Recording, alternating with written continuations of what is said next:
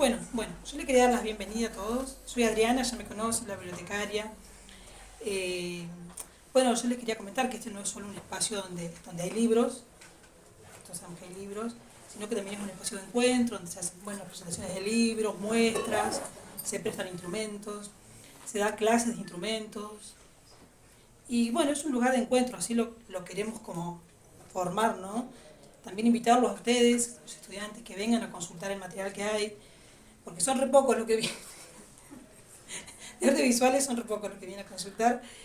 Y bueno, eso sí, por ahí para que sepan que hay libros, hay enciclopedias, hay mucho material de formación docente, que a ustedes les es útil, y tenemos los libros, o sea, libros en papel, no un PDF, un libro recortado que le dan páginas, sino libros completos. Una colección muy linda que mandó el Infot, que les es muy útil para ustedes por estar en proceso de formación, ¿no? Bueno, eso sería. Y que también quedan las muestras, ¿no? Varios días, Para y que que vengan quizás el después que a no verlo. vino a la inauguración puede venir, puede observar con otro nivel de detalle, o sea, apropiarse de este espacio, ¿no? Era Sí. un poco nuestra idea con Adri. Y vamos a tener también, que Agustín ya nos donó el libro, que ya va a estar en estos días disponible. Es hermoso el libro, yo lo leí hoy, muy llevadero, lo leí hoy. Gracias. Y me pareció hermoso. Sí. Y aparte que te dan como ganas de seguir investigando. Eso que yo soy bibliotecaria. Pero imagino para ellos que están estudiando artes visuales, re interesante. Sí, eso. Buenísimo. Eso sería. Gracias. Ahí está, Gracias. paso para allá.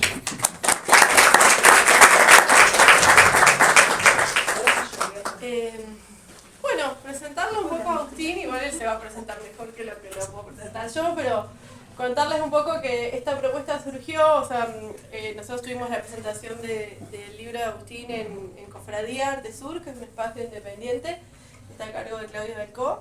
Bueno, estuvimos ahí, no solamente estuvimos en la presentación, sino que generamos espacios de encuentro, charlas, y bueno, nos pareció súper interesante. Yo le dije, bueno, armemos una propuesta para llevar al instituto y poder compartir con los estudiantes un poco todas estas cuestiones que estamos conversando, ¿no?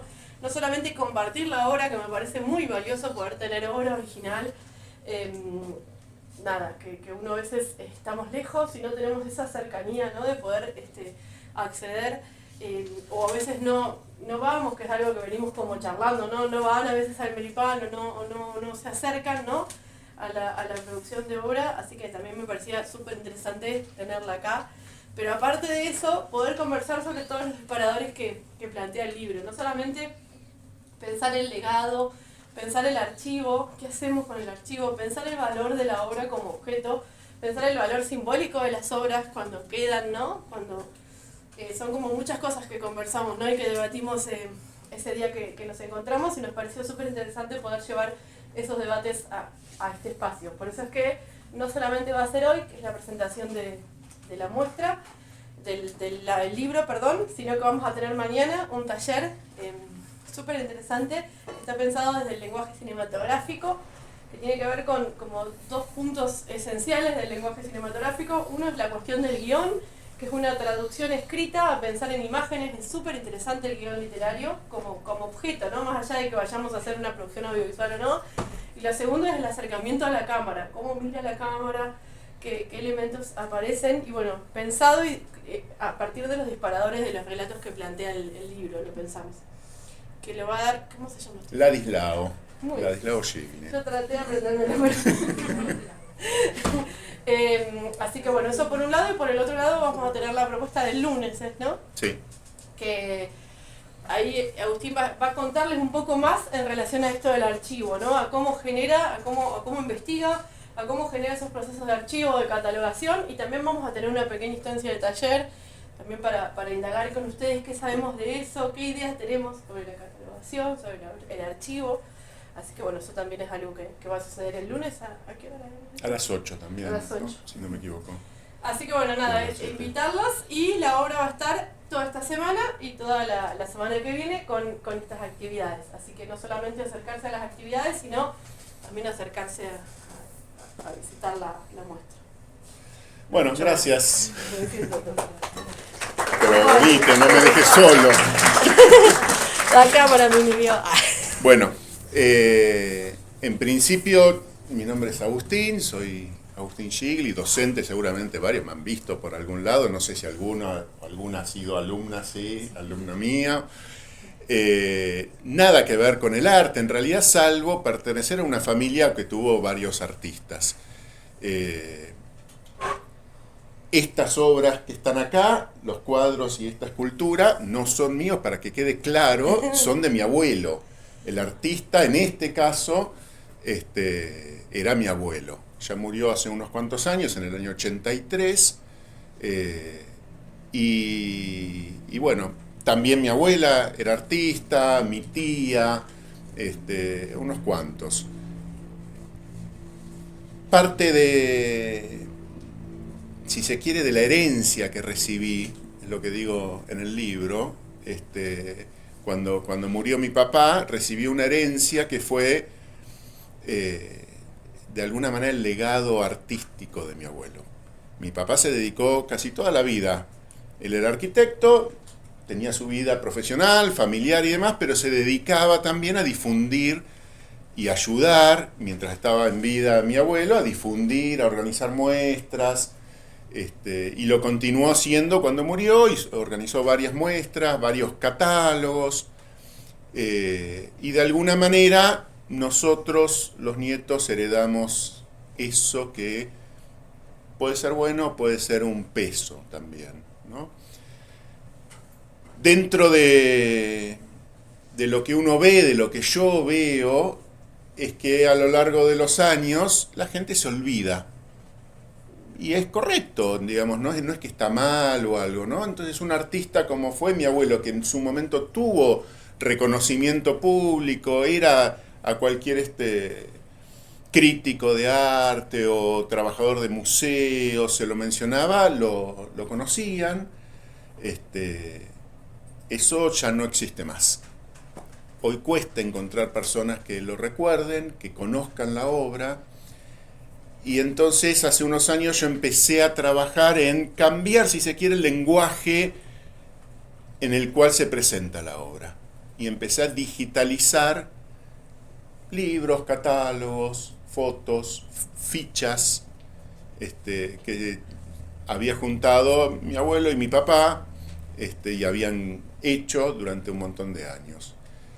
Y hice una página web con una base de datos que tiene hoy por hoy más de 700 obras, que lo pueden visitar. Me parece buenísimo lo que decía Adriana, ¿no? Esto de despertar para seguir investigando es parte de la idea del libro. El libro cuenta muy poco, en realidad, de mi abuelo, pero es una invitación a buscar centralmente a la página que construyo, que mantengo yo, porque no hay mucho más.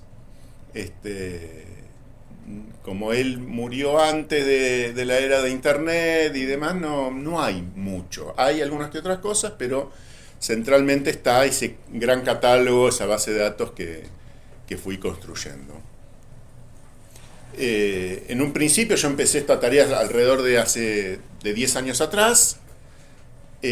Había un montón de cosas para hacer, para trabajar, con el poco tiempo, porque yo seguía siendo docente, seguía teniendo familia, entonces en el poco tiempo que tenía hubo unos cuantos libros, catálogos que digitalizar, construir la base de datos, buscar por internet que había, muchas veces resolver si es o no es una obra de mi abuelo. Y eso a lo largo del tiempo fue disminuyendo de alguna manera. Hoy la actividad es bastante más leve, hay menos cosas para hacer. Y entonces surgió la idea de cambiar un poco también y de, si se quiere, avisar que existe este sitio y demás. Y de ahí fue surgiendo la idea de escribir algo y hacer un libro. La idea central surgió también a partir de una anécdota, porque a través de este trabajo fueron surgiendo anécdotas.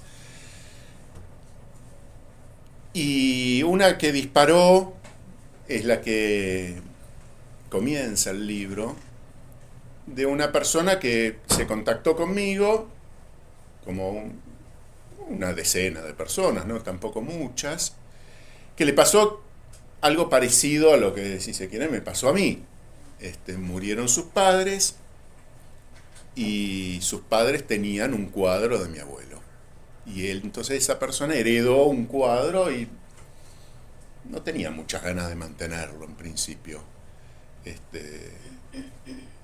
Uno puede pensar que los cuadros, las obras de arte tienen mucho valor, ¿no? Porque a veces en los diarios sale, ¿no? Se remató una obra por 100 millones de dólares. Bueno, eso sucederá alguna que otra vez con algún que otro artista. Con mi abuelo no sucede, no tienen eso ni de cerca esos valores. Si uno consigue, si quisiera venderlo y consigue un comprador, agradecido, digamos, ¿no? Pero bueno, en parte, bueno, nada, eso. Si uno busca, por ejemplo, en Mercado Libre, hay cuadros de mi abuelo que se tratan de vender y están ahí, no se venden. Bueno, esta persona entonces se contactó conmigo, en un principio entendí yo para ver qué valor podía tener el cuadro, y entonces para saber si era o no era, porque decía, lo que yo pude encontrar en internet no es parecido en realidad al cuadro que yo tengo, es abstracto lo que tengo yo, y lo que hacía mi abuelo no era abstracto, aunque con algunas cosas, digamos, ¿no? Pero ahí hay un par de gacelas, el bosque ese es medio abstracto, si se quiere, no sé. Y cuando me manda las fotos veo que no era abstracto el cuadro. Lo que pasó, haciendo un poco de spoiler, ojalá lo lean después, no había sabido colgarlo al cuadro. Y lo había colgado al revés, o dado vuelta. Entonces, no... Y lo tuvo 50 años colgado en la casa. A mí me costó decírselo, de hecho no se lo dije, tiré algunas indirectas, pero me motivó y dije, esto hay que escribirlo. Y como no soy escritor, no lo escribí, pero bueno, después dije, tendré que hacerlo yo, será otra parte de la herencia y lo tendré que hacer. Y entonces escribí. Y escribiendo eso empezaron a surgir otras anécdotas más, otras cosas. Y la intención no es contar anécdotas de un tipo, de un viejo que está recordando a su abuelo. Mi intención era hacer las anécdotas de la vida de los cuadros, de las obras. ¿Qué pasó con esas obras? Cuando las liberó de alguna manera mi abuelo, que por lo menos en el ideario familiar o el que recibí yo, él no era muy proclive a liberar obras, a dejarlas. Después vi que un poco sí, porque hay un montón de museos que tienen obras de él, pero él se murió teniendo un montón de obras en su casa también, que no las pudo liberar, digamos, ¿no? Dejar que circulen, entonces esas que sí tuvieron su propia vida, ¿qué les habrá pasado? ¿No? Y entonces ahí fueron surgiendo algunas otras anécdotas y nada, bueno, escribirlas, contar un poco. Algunas sí estuvieron en la familia todo el tiempo, como quizás nos va a contar ahora Romina, pero bueno. Después me gustaría charlar también ustedes, sobre todo, todos, digamos, ¿no? ¿Qué piensan? Porque seguramente hay varios que están estudiando artes visuales pensando en que quieren ser artistas.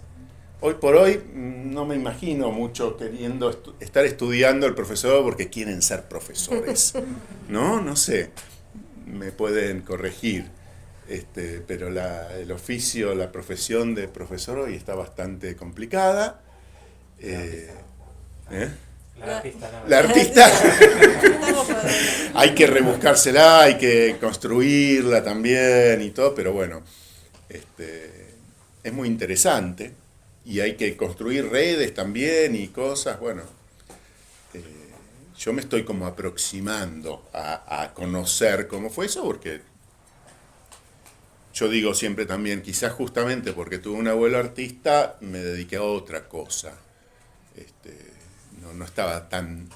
Hay veces que en la familia es al revés, todos son y continúan, y hay veces que se opaca o se censura el continuar con el mismo oficio o algo, porque no, el artista soy yo, no me venga, no, tú mirá cómo dibujaste, no sé, hay algún que otro mecanismo semi escondido o algo que hace que uno se inhiba y vaya para otro lado.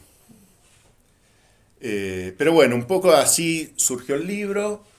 El libro es corto. Un ratito. Está bueno, me parece, para aquellos que no les gusta tanto la lectura, pienso yo, porque son 13 relatos que el más largo tendrá 3 carillas, con letra grande. El objetivo central es llegar a la obra, digamos, a presentar estos cuadros y a despertar, si se quiere, un poco de curiosidad y de seguir buscando, preguntando. ¿Sí?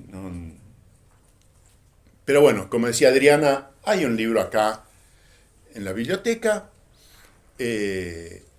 Hay una versión en PDF que se puede descargar gratuitamente en la página que es lorenzogigli.org.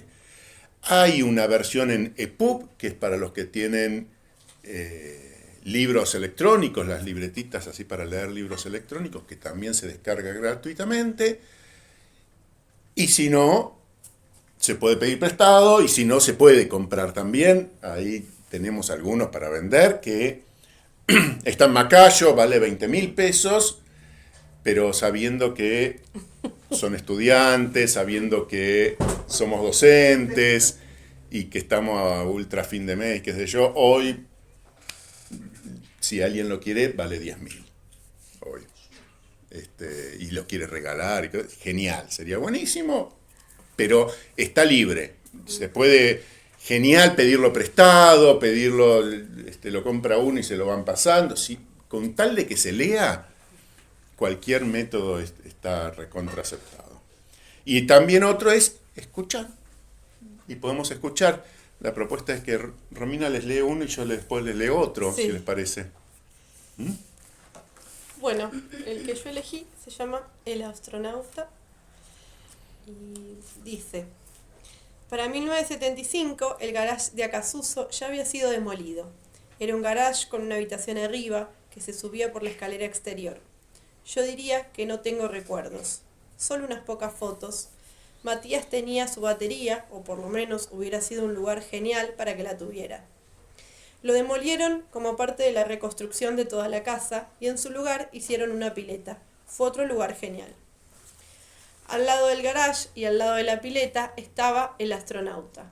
O mejor dicho, estaba el astronauta, una escultura en cemento que hizo Lorenzo en 1970. En una revista Gente de 1973 publicaron una nota y la encabezaron con una gran fotografía de Lorenzo junto al astronauta. El brazo del artista está colocado estratégicamente para evitar la censura de una escultura que muestra a un hombre desnudo. Ya en esa época estaba en Acassuso. En los veranos, la pileta era un centro de reunión de amigos y de familiares, y el astronauta pasaba a formar parte de la reunión. Sobre todo, desde su nueva versión utilitaria, era el soporte de las toallas y la ropa. Me jacto de no haber buscado nunca referencias con nadie, menos con los que hacen obra con mensaje social para las masas. El arte es para los que tienen un buen pasar, es decir, una cómoda casa, una abundante comida. Hijos que no necesitan vender escondidas golosinas en los trenes. El error de muchos es pretender enmendar fallas sociales. El arte no enmienda nada, ni siquiera es necesario. Sobre todo, es superfluo. Mis obras son cerca de 700 y están en un 80% en esta casa. Yo tengo un poco más en el catálogo. ¿Cuántas habrá hecho en los 10 años que le restaban de vida? Es una buena aproximación, la que hizo o la que tengo yo. A mí me gustaría que haya más museos con obras de él. Solo tengo certeza de 18, pero hay más. Marina, cuando le pregunté si le horrorizaba, a ella o a otros amigos la escultura que gente censuró, me dijo, para mí era suprema. Si cuento la historia de cuando íbamos a tu casa con la toalla rodeando el cuello y las ojotas, empiezo por la escultura. En mi casa, no en la de mi abuelo, había muchas de sus obras y ninguno de nosotros tuvo que vender golosinas en el tren. Una vez, como nos pasa a las personas de carne, el astronauta de cemento se lastimó el tobillo. Se le cayó el tobillo derecho. Mi abuelo lo arregló sin enojarse, comprendiendo que además de ser superfluo, el arte tiene algo de efímero, aunque dure decenas de años. Lo arregló con poxipol, le encantaba el poxipol, y una venda. Cuando vendimos la casa de Acasuso, el comprador no dijo nada, pero sí hizo una idea esperando que se concrete. En una conversación posterior a recibir la casa, le dijo a mi mamá que pensaba que íbamos a dejarle al astronauta. Matías pudo llevar a varios forzudos y la sacó, y pudo volver a estar expuesta en una nueva muestra en el Sívori, a la vista de muchos como corresponde, para tratar de que no sea solo un arte para los de un buen pasar. Gracias. Perdón.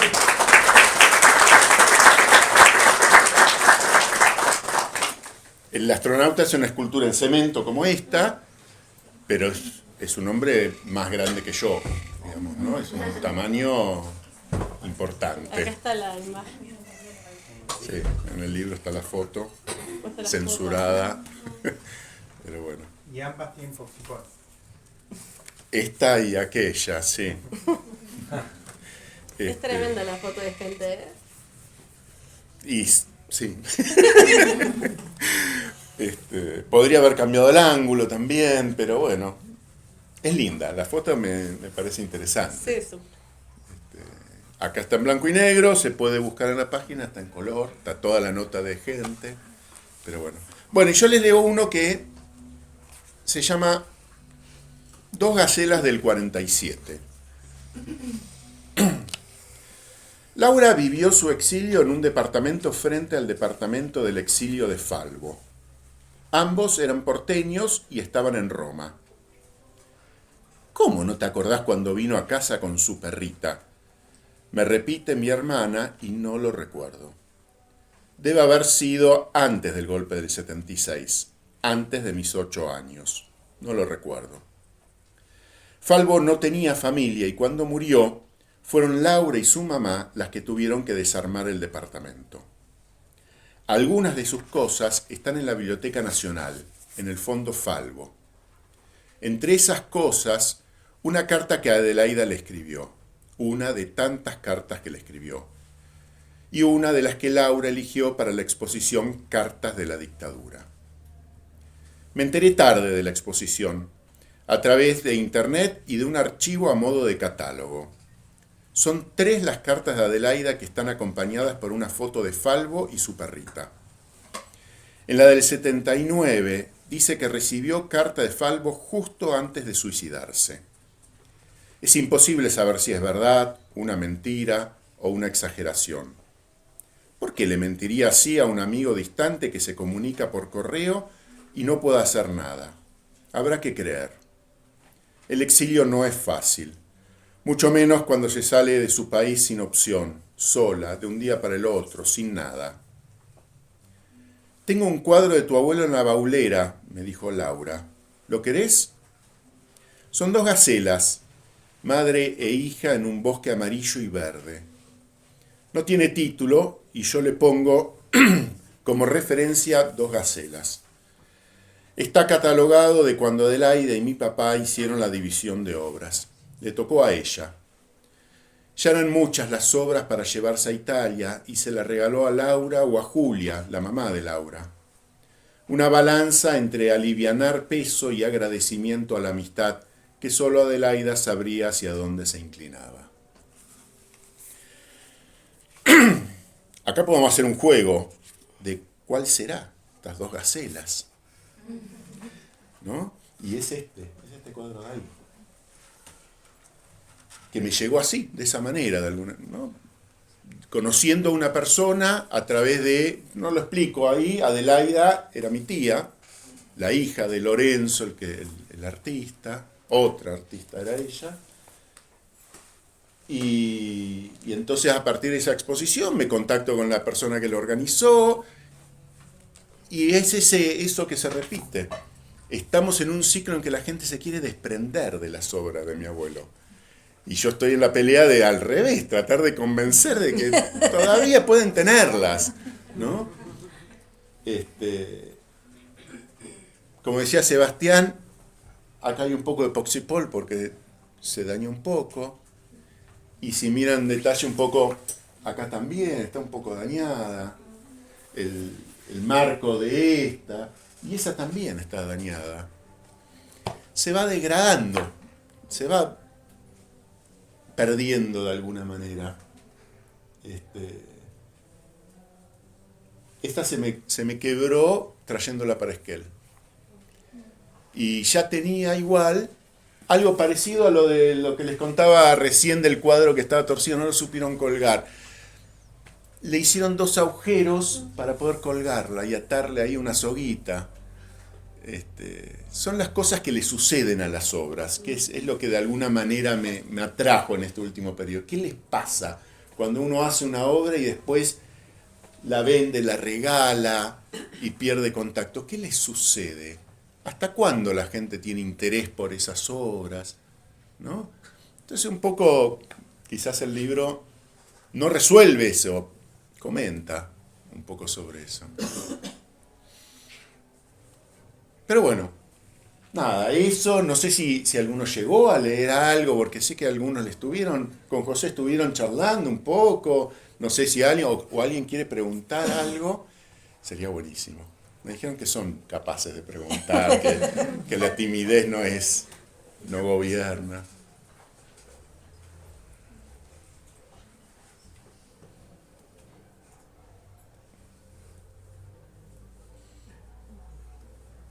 Yo quiero hacer un comentario para iniciar.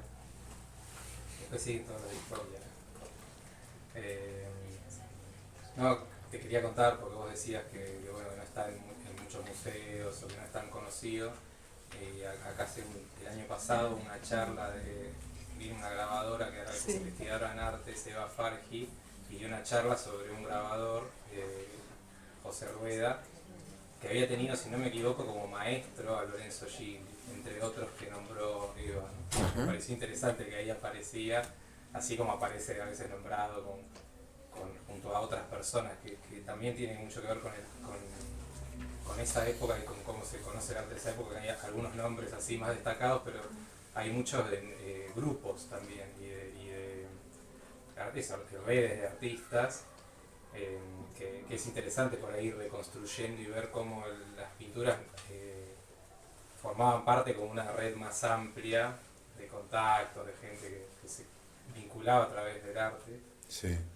Y como ahora también vos estás desarmando y armando otras redes a través de las pinturas. Y la importancia de su rol también como maestro, ¿no? También, claro, sí, ni hablar. Sí, eran como... y compartían entre ellos. Sí.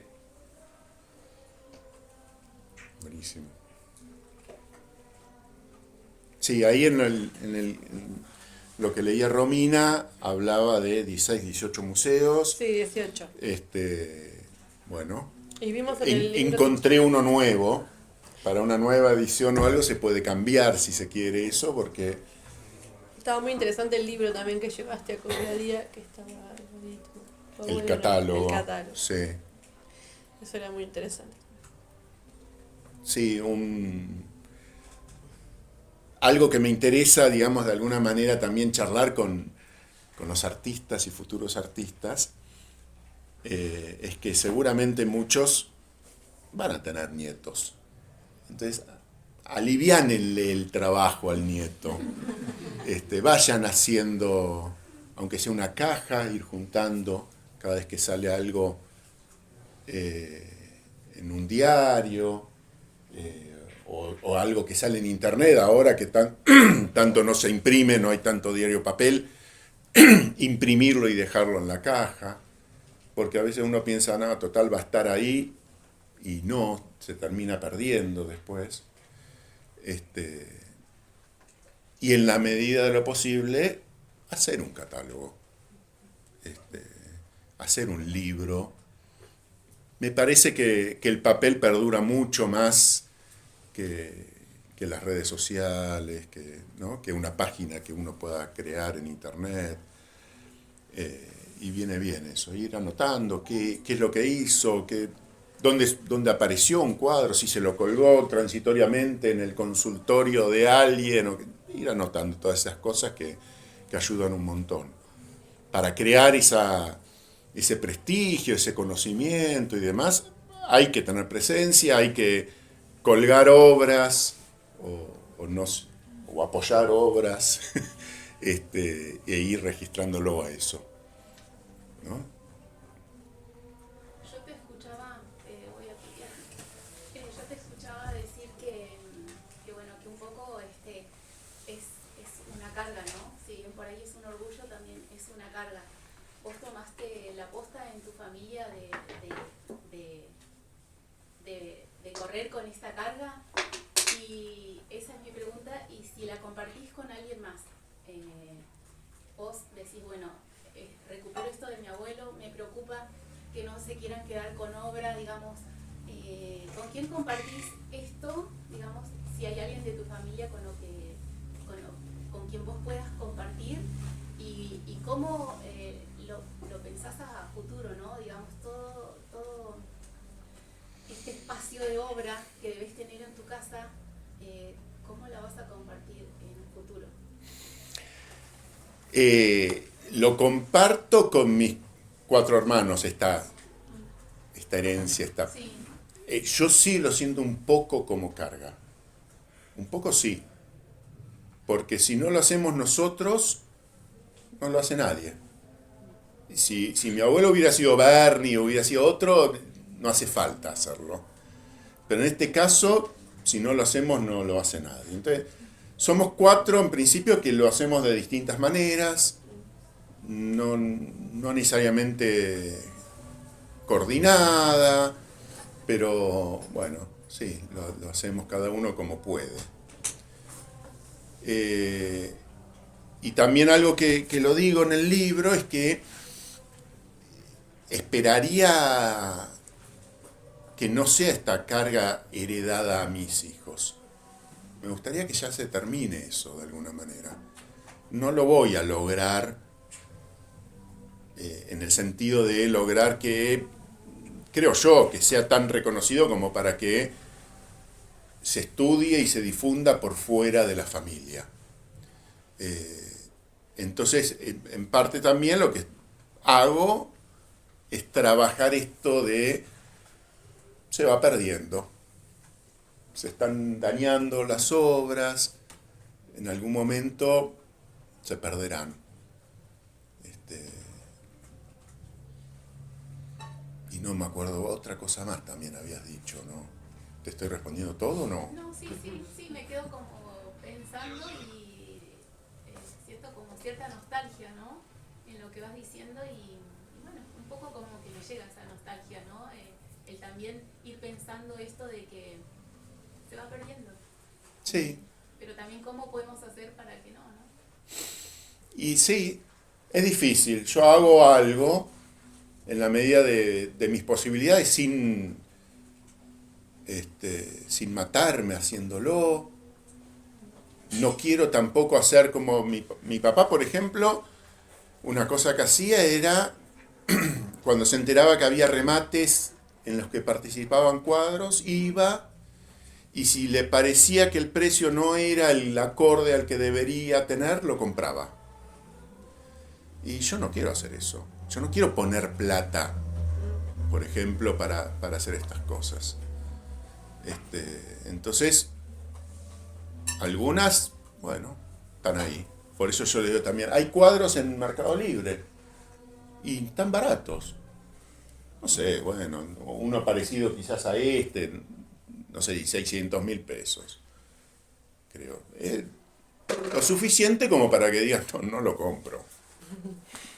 Y está hace meses y no lo compra nadie. Mi viejo lo hubiera comprado, seguramente. Entonces, bueno, es parte, sí, es el elaborar un duelo, si se quiere. Sí. Perdón. El trabajo de las subastas también tenía que ver con una práctica común, que cuando falleció un artista, los hijos tomaban la posta y trataban de mantener los precios. Entonces era importante que en la subasta saliera que el cuadro se había vendido a tal precio, que no era lo mismo que comprarlo en cualquier lado, digamos, ¿no? Por eso quizás en Mercado Libre no lo compraba, pero no, digo, lo quería vincular con esta práctica concreta, que hoy en día las subastas igual del arte argentino de esa época no tiene precios altos, salvo que sea Quinquela o Berni, pero los óleos, ¿no? Pero bueno, tiene que ver con un tipo de mercado del arte que existía en esa época y que en una época fue fuerte en Argentina, ¿no? Había pintores que vivían de pintar y de vender en subastas y en eso, y por eso hoy no funciona así. Sí.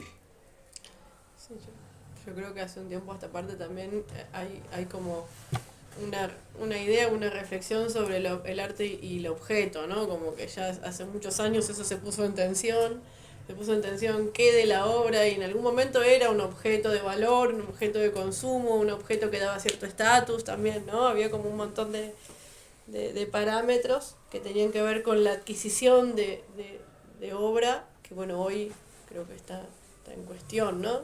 En tensión. Sí, hasta cierto punto igual, porque siguen existiendo las ferias de Sigue arte, existiendo, y hay gente que pero tiene colecciones y todo, de otro tipo de arte. Pero es cierto que este tipo de pintura sí, hubo un cambio ahí de bueno, y en el otro igual está ese enfrentamiento, ¿no? Hay espacios, ponele dentro del arte contemporáneo, hay espacios que tienen que ver con el comercio más directamente, no sé, arte va.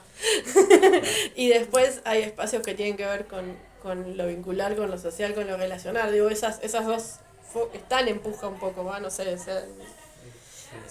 tensiones varias que siempre hubo, pero que van como mutando, ¿no? Son como las preguntas de la historia del arte, ¿no? Como, ¿cuál es el valor? ¿Qué es el arte? ¿El arte es el objeto? ¿No? Son todas como preguntas que siguen vigentes. O sea, si la obra se deteriora y no la tenés más, ¿y eso es la producción de tu abuelo o no? ¿O es el libro? O sea, ¿dónde está? Por eso te digo, como Mirá, a mí como preguntas que nos podemos hacer. Cuando recibí el cuadro quebrado me dolió muchísimo. Claro. Y dudé de qué hacía. No pensé en tirarlo, pero sí ya está, lo arruinaron. Claro. Después lo que hice fue hacerle el marco, porque no tenía ese marco, y lo colgué en una zona de mi casa que no lo ve nadie. Y ahora me animé a ponerlo en la muestra, a pesar de que esté dañado, digamos, ¿no? Porque sí, sigue teniendo valor. Claro. Que es parte de la historia del cuadro. Y es parte de la historia del cuadro y de todos los cuadros, en realidad. Tarde o temprano, me parece. Y algo que yo también voy haciendo es ir buscando y charlando con los museos que tienen obras, y porque los reconozco como los que deberían o podrían continuar por fuera de la familia, ¿no? Y muchos sí tienen los cuadros muy bien conservados. Y la verdad que frente a nosotros, o a mí por lo menos, que no los pude conservar tan bien, a pesar de que no se los toca, están ahí colgados y no les pasa nada, pero se van un poco perdiendo, degradando y demás. Me parece que rescato esa tarea que cumplen, ¿no? Y que no es fácil acceder a ellos. Es fácil entrar y mirar la muestra, pero como artista que te reciban una obra no es fácil hoy por hoy, porque saben lo difícil que es, el compromiso que es mantenerla, cuidarla, la tienen que recuperar, ¿no? Pero bueno, y otra cosa que está también ahí escrita, otro cuadro, es de una persona, también me lo regalan, me lo devuelven de alguna manera a la familia, porque muere el padre, tienen que desarmar la casa, eso se repite bastante. era un cuadro que se lo había regalado un hermano al padre de esta persona. Y hoy me parece que es una práctica re extraña eso, ¿no? Comprar una obra para regalarla y que la cuelgue en la casa. A lo mucho, si es una propia, ¿no? De alguna que hayan hecho ustedes, se la regalan a un familiar o algo. Es otra época, me parece. Entonces está bueno también ayudar a que vuelva un poco eso, a que tengamos arte en la casa, a colgar, a mostrar, en lugar de tener la pared vacía, en lugar de tener... Yo he visto muchas veces esos cuadritos que se venden en los bazares chinos, qué sé yo, que vienen con una reproducción o algo para mostrar esto es un cuadro y que está colgado así, con ese mismo afichecito que vino, ¿no? Y a veces no es caro tener una obra de arte. Y estaría bueno que todos tengamos, no sé, todos tienen, son estudiantes de artes visuales, los de artes visuales, todos tienen algo colgado. Sí, yo tengo. Bien. Y los que son de teatro, ¿quiénes son de teatro? También tienen algo de arte buenísimo. Ya que mencionaste, Agustín, que son 19 ahora los museos, ¿tenés idea por qué lugares están? Acá están escritos, sí.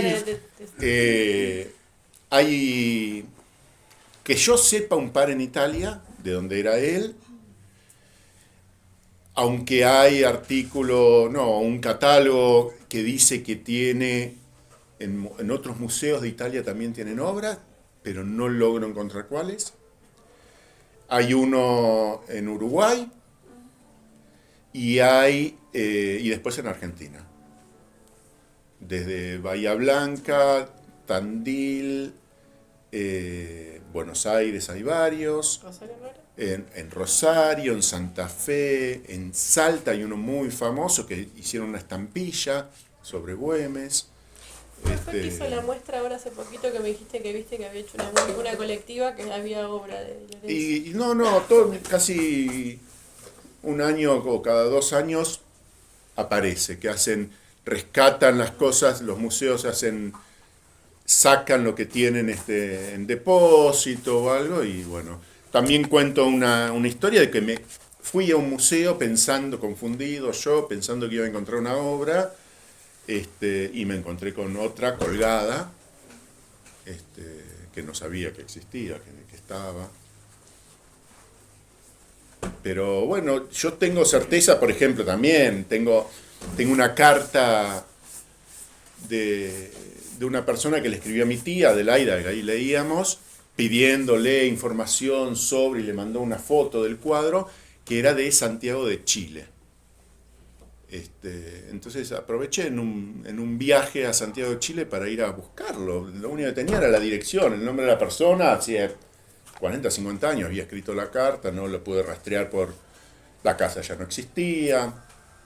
Tengo la esperanza de que cuando llegó el momento de deshacerse del cuadro, hayan optado por la opción dárselo a un museo. No sé cuál, pero bueno. Quizás en Chile llegó un cuadro. Esta otra que yo decía del primero, el que motivó el libro, esa familia, todo es de Venezuela. Hay un cuadro en Venezuela, hay una familia que está tratando de deshacerse de ese cuadro, y estamos ahí en la idea de que lo donen a un museo de arte de la ciudad de Mérida, de Venezuela. Pero bueno, todavía no se concretó eso.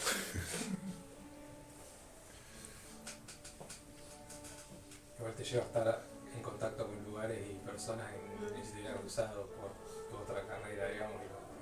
Impensado, sí. Y es divertido, es lindo. Viajar entre turismo y alguna que otra actividad, y charlar, y es emocionante, es lindo. Pero bueno, en parte porque compartí un poco de la vida de él y la mía. Él murió cuando yo tenía unos 15 años o algo así, entonces tengo muchos recuerdos, hay cosas. Si no, esto, por eso digo, no espero, no intento que lo que yo hice perdure en mis hijos. Que cada uno haga lo suyo y bueno, uno trata de hacer lo más que se pueda y llega hasta ahí. Y después sucederá lo que tenga que suceder.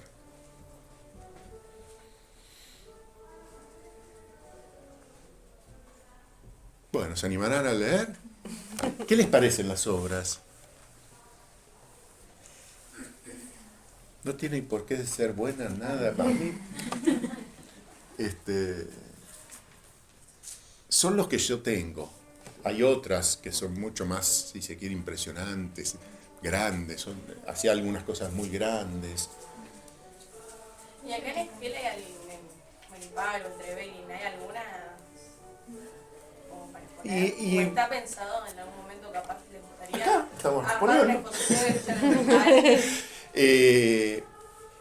Yo creo que un problema que tenemos es que no tenemos museo. Tenemos un centro cultural que hace un montón de actividades Tal cual. parecidas a un museo y demás, pero no llega a ser un museo que tenga historiadores, que tenga conservadores, que tenga restauradores, que tenga un buen depósito para las obras, que necesitan un clima especial, un ambiente especial. Esa es una tarea que hay que hacer, me parece. Bueno, nosotros cuando hicimos la charla del archivo, charlábamos con Agustín que cuando fuimos con el archivo de Marta al encuentro de archivos, la verdad que te contábamos en Buenos Aires, que fue el archivo de Avellaneda, que ellos contaban las temperaturas que tenían máquinas donde circulaba el aire, los aires a determinado, porque bueno, tienen desde obras hasta películas, libros, fotografías. Ya le decíamos, así sí uno siente, ¿no? Como... pero también cuando estábamos ahí sentados sentíamos qué lejano, ¿no? Lo que podemos hacer nosotros también, que guardamos las obras como podemos, ¿no? Desde el archivo de Marta. Eso también, eso es real, ¿no? Se vuelve como lejano a lo que uno puede como aspirar, ¿no? Y tener un espacio propicio con los medios propicios es como esencial para preservar.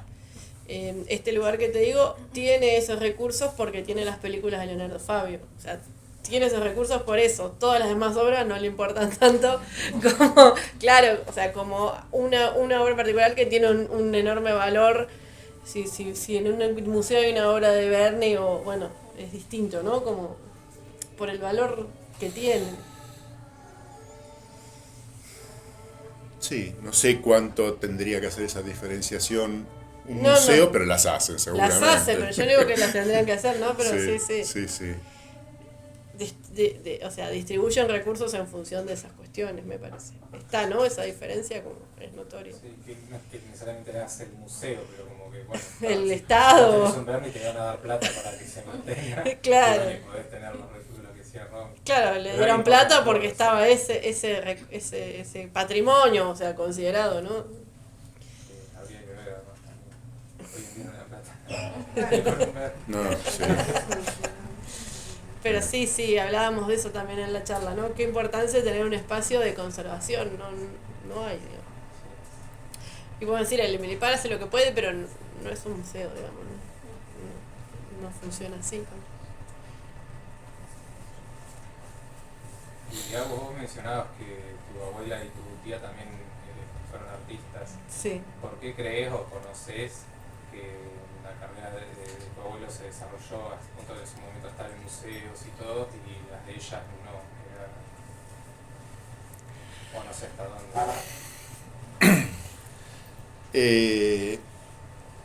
Al tiempo que empecé a hacer la base de datos de mi abuelo y que empezó un poco quizás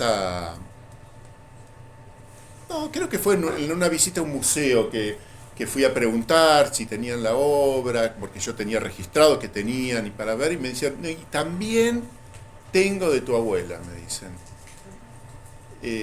Y un poco quizás ahí empecé a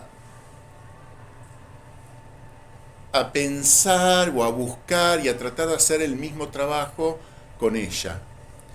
En el ideario familiar es como que ella había sido una artista frustrada, ¿no? Había estudiado, se conocieron en la Academia de Bellas Artes,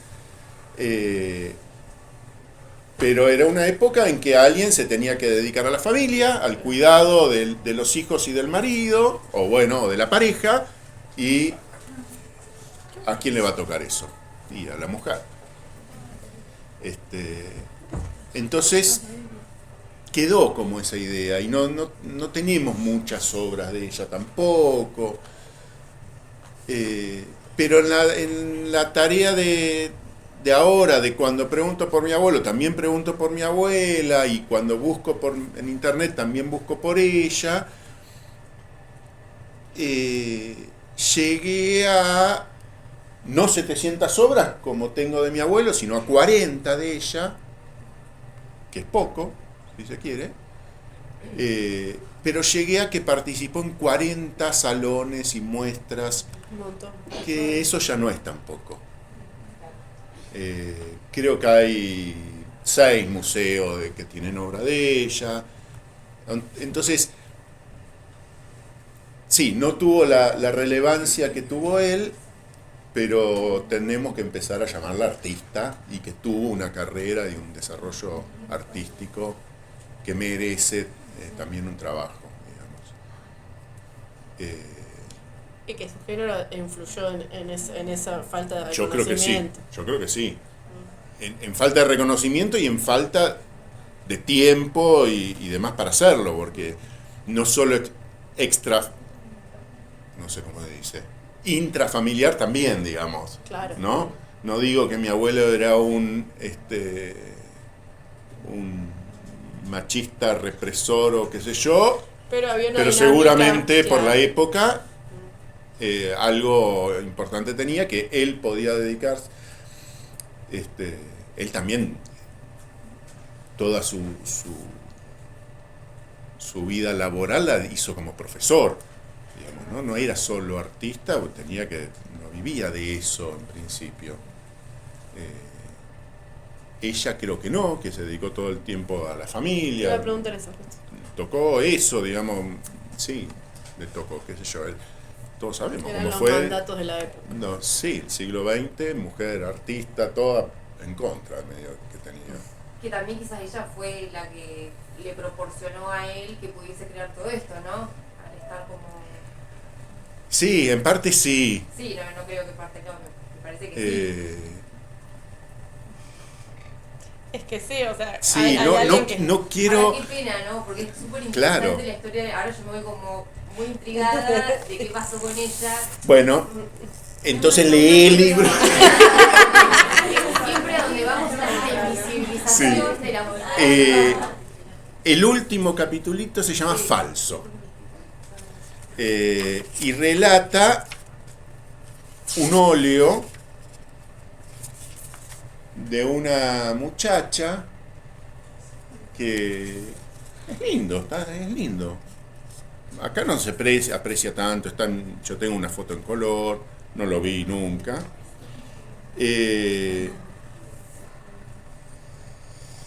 Este cuadro estuvo expuesto en una muestra de mi abuelo, y está en un libro también sobre mi abuelo. Es la primera obra o segunda obra que están en los dos, o sea, la jerarquizan mucho como obra, y no lo hizo él, la hizo ella, y no lo dicen. Está a nombre de él. Eso pasaba un montón Sí, igual. sí, sí. Eran prácticas Y re está comunes. firmado por ella. Se lo ve la firma, se lee la firma. No sé cómo esa confusión. A veces al no conocerla, quizás Gigli y listo, pacta. Sí. ¿Cómo firmaba ella? Claro. MT de María Teresa, Valeiras, completo, Gigli. Claro. Posible Reforma. No, nada que ver con la firma de mi abuelo, que es un Gigli y nada más. Pero bueno, en el bulto, no sé. Por suerte, mi papá se dio cuenta, advirtió, y esa advertencia me llegó también. Y me pareció que era, ya que hay dos libros, un catálogo y un libro, atribuyéndoselo a él, valía la pena hacer un poco de justicia y dejar escrito, aunque sea en pocas ediciones, qué sé yo, que no es de él, es de ella. ¿Esas son ediciones de la época en que estaban vivos ambos? No, son de la década del 90, ahora sí, de hace poco, en los dos en Italia, que es donde está el cuadro ese. No sé dónde está ahora, estuvo en remate, sé que estuvo en remate, a nombre de la página de remate es increíble, porque son profesionales supuestamente, ¿no? Y dice, óleo de Lorenzo Gigli, firmado M.T. Baleira Gigli. ¿En qué quedamos? Es obvio que entonces no es un Gigli. Y bueno, queda esa tarea de trabajar ahora ella también un poco.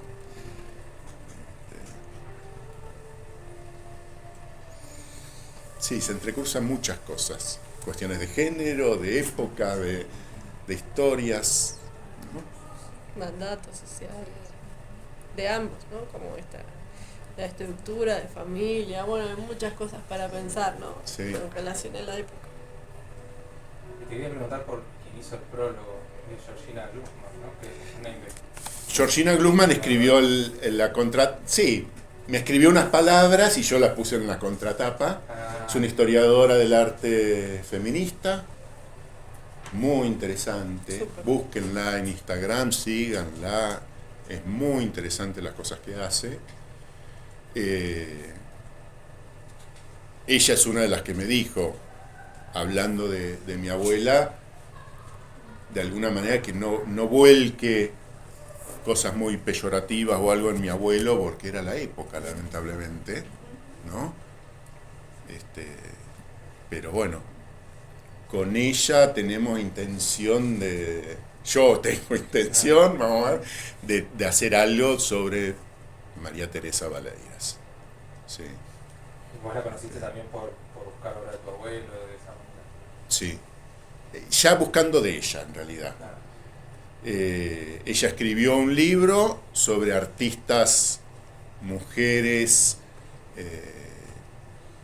no me acuerdo cómo es el nombre. Es una muestra muy importante de Bellas Artes, junto con otras curadoras llamadas Un Canon Occidental, capaz que dice. Me parece el libro sobre la tesis de ella, que rescata muchas mujeres artistas, bueno, un poco conocidas, pero muchas no. Y yo lo leí buscando a mi abuela y no estaba. Pero bueno, después nos pusimos en contacto y nada, bueno, eso, es re interesante, búsquenla, síganla, porque además no solo trabaja las cuestiones de género, sino también las explotaciones laborales, si se quiere, como las pasantías no rentadas que hacen museos o hasta instituciones que manejan mucha plata, pero se aprovechan y buscan pasantes gratuitos para hacer trabajos y nada, muy interesante. Y pensando en esto también de que cuando se reproduce una obra gana un poquito de valor, puse un retrato mío en mi pequeña biografía, el dibujo que hizo ella cuando yo nací. Que lo único que tengo mío, digamos así, y que Santi lo encuadró. ¿Te acordás, Santi?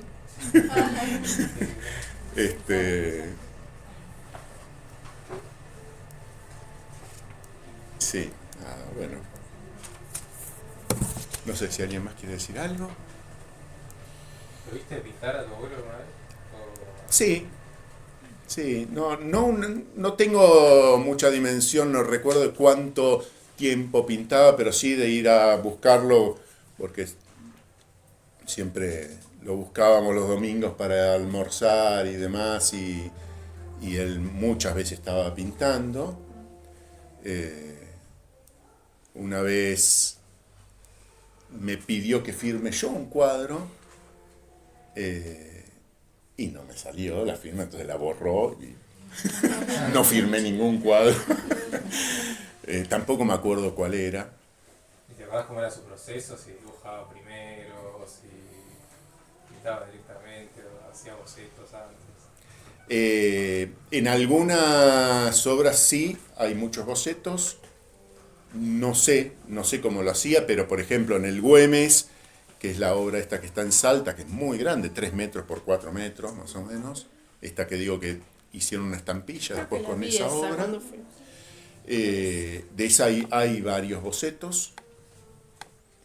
Y del astronauta que leía Romina, yo tengo también varios bocetos. Sí. Después no. Seguramente en algunas los terminaría rompiendo o tirando o algo, porque no los consideraría obra, no sé. Es verdad eso, no se considera. Pero bueno. ¿Y él hizo algún cuadro para vos? No me dibujó nunca. Pero A la familia dibujó un montón, pintó un montón, las usaba mucho de modelo. A la mamá, a la esposa y a los hijos. Hasta ahí llegó. Hacer especialmente para mí no.